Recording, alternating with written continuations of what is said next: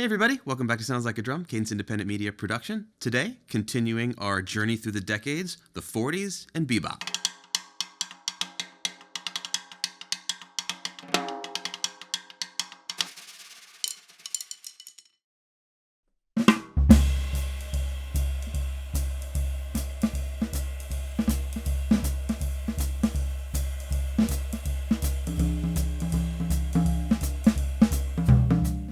As bebop came into existence and started to be a music that people were playing a lot, they realized that some modifications had to happen to the drum set in order to sit in these new ensembles effectively.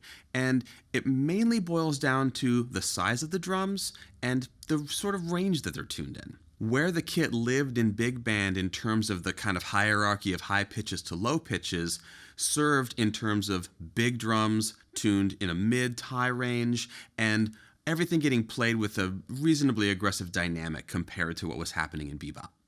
Thanks so much to Skillshare for sponsoring today's episode. Skillshare is an online learning community comprising thousands of classes in everything you could imagine, from audio engineering to interior design to visual art. There is something on there for everybody, and we're really excited to be partnering with them. I've spent a fair amount of time on the Skillshare website and found a lot of classes on there that got me super excited to delve into a lot of different subjects. And today, I'm looking at audio mixing on the go with DJ King Arthur. Making music on your own, there's a lot of pitfalls to worry about, there's a lot of things to know, and in this day and age, we can make amazing music without a fancy studio, and any help that I can get for that, I am very, very thankful for. Skillshare has been kind enough to offer a special deal to our Sounds Like a Drum viewers, a free trial of their premium membership. If you follow the link below, you can punch through there, find everything that they have, learn about all of their classes, and have access to everything that they have to offer. Skillshare is adding new courses all the time, and the best part, my favorite part, it is ad-free 100%. So please click through, follow the link below, check them out, see everything they have to offer, and thanks again to Skillshare for sponsoring today's episode. Let's start off with a quick demonstration of what these drums sound like individually.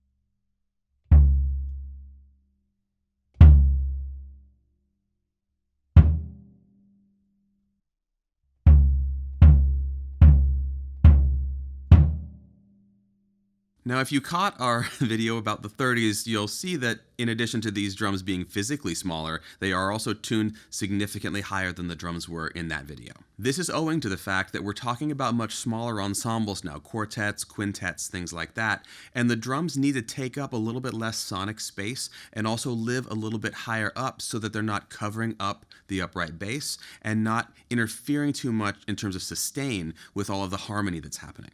This kit is fairly standard bebop sizes, though you will see 20-inch bass drums sometimes in bebop music. We are looking at a 12-inch tom, a 14-inch floor tom, an 18-inch bass drum, and today we're using a 5.5 by 14-inch old Gretsch snare.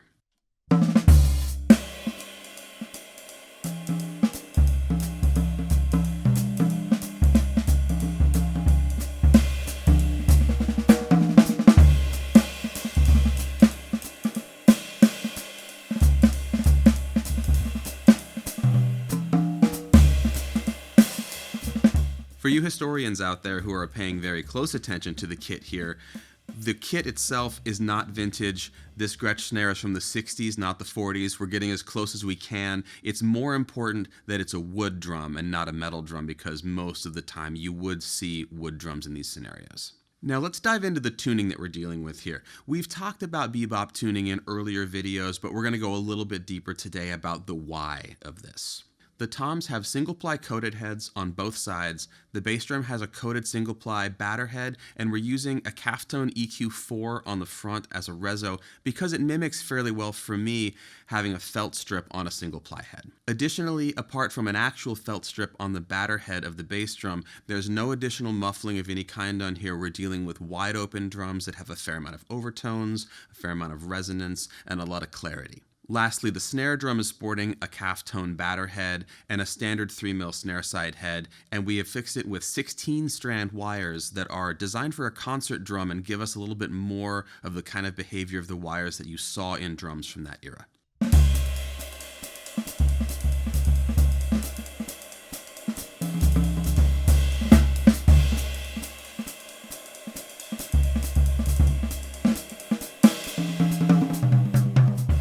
In terms of tuning, this high tuning, it affords us articulation, it affords us a really firm feel, and particularly through all of the dynamic range. When we're talking about playing in a small ensemble, in a small room for a listening audience, and we want to interact with the band without covering them up, a lot of the comping, a lot of the soloing, a lot of the ideas that we're playing are at a lower dynamic range. So when we pitch the drums up like this, playing very close to the head is still going to make it to the audience, whereas if they were tuned in a big band style or lower, we would have to be hitting a little bit harder to get projection.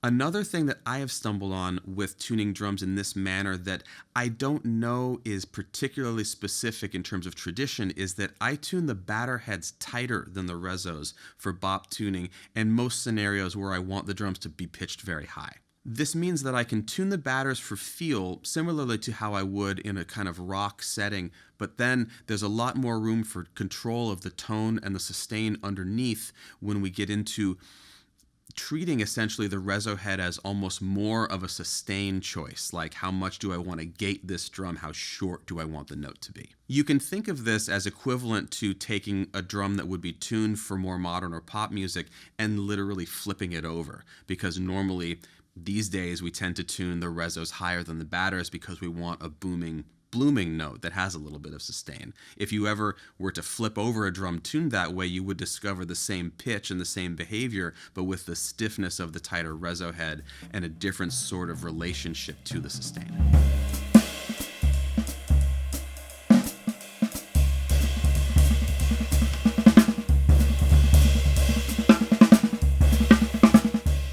It's also important to note when you're dealing with a wide open bass drum that you may hear a lot of overtones in that drum, especially if you're not using felt strips or anything else to sort of control those things. A lot of players like that sound, a lot of players use that sound, and a lot of those overtones disappear into the mix of the band when they're playing. So for me, I like to start with the bass drum that has no muffling on it at all and see how that lives in the ensemble, and then start to add things rather than starting with a lot of control and trying to back it off. I feel like experimentally, and in terms of the musicality of the drum, starting with nothing gives me a better sense of what I might need to add. The last thing to note in terms of the high tuning here is something that is not specifically bebop, but that I like to use in jazz soloing, and it is that having the toms tuned this high, and doubly so if they're sporting die-cast hoops as these are, allows us to play rim shots on the toms, which I enjoy very much, especially in bop situations and in other kind of musical scenarios where I want to inject something hand drummy, or I want to inject a larger dynamic into the toms with a different kind of sound in pretty much exactly the same way as you would with a snare drum, moving from playing in the center to using rim shots for accents.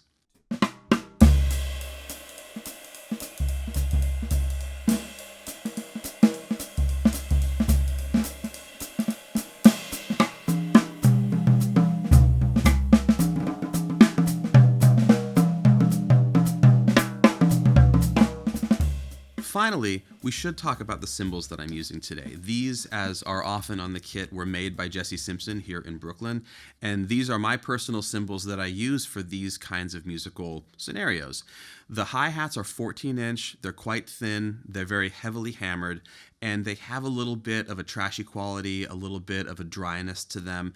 They are still stiff and don't feel mushy when you play on them with the tip of the stick, but they also have the ability to blend into the music if you play them gently, and then cut through enough if you start to dig in really hard or if you hold them tighter when you play. The ride cymbal is actually fairly new to me, another Jesse Simpson original, which to me struck me immediately because I had the opportunity a long time ago to play Elvin Jones' personal cymbals right after he passed away, and I got to hear his old Ks from the 60s, and I had never heard another cymbal that actually sounded like those sound in person until I played this one just a few weeks ago at Jesse's shop, and that was a particularly special thing because most of those instruments we only know from recordings. And so looking for a cymbal that sounds like a recording is a very different thing than hearing another drummer's actual instrument and knowing, oh, that's what makes them happy, that's what gives them inspiration, and then going and looking for something that actually mimics the instrument itself.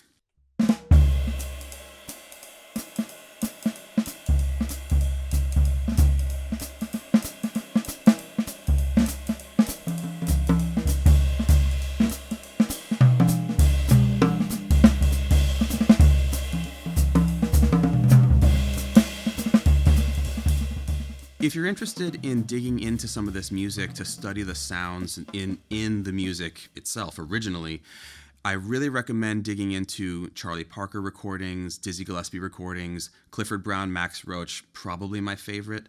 A lot of these recordings are actually from 1950 through the late 50s, and that has less to do with that music being born in the 50s and more to do with it gaining popularity, even though it was sort of incubated in the 40s and became the thing that people were looking at really hard in the 50s. Now, the other side of this tuning is all of the opportunities, much like the big band tuning, to use it in modern contexts or just stylistic contexts that are not specifically bebop or even specifically jazz. There is a lot of funk music, jam band music, dance music in general that uses this kind of tuning, these sorts of sounds in a totally different context, but gives it a kind of earthy flavor that takes you away from the modern sounds that you hear on the radio and back into something just a little more organic, overtones everywhere, just a whole different vibe.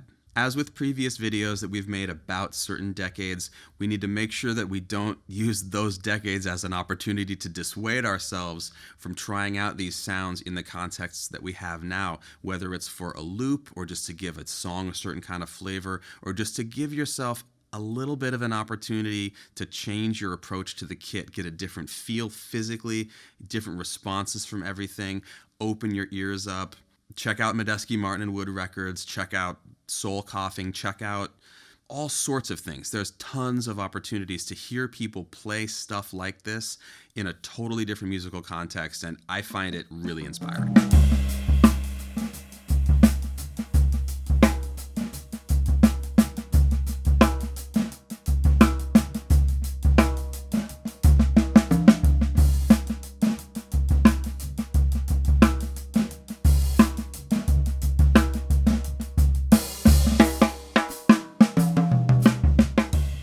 Additionally, if these sounds are appealing to you, but they feel a little wild or they feel a little extreme, this is just one version of a bebop tuning. This is my bebop tuning. This is the tuning that I like. It gets me that kind of sound. You could go a little higher. You could go a little lower. You could use a little muffling if you want to. If I was in a recording studio, I might actually need to use a little bit just to facilitate the recording. None of these are hard, fast rules. None of these are things that we have to be totally married to. It's all open, but I definitely play different things when a kit is tuned this way with these sizes automatically because it inspires me. I do things, more comes back, and that's really what we're all about here.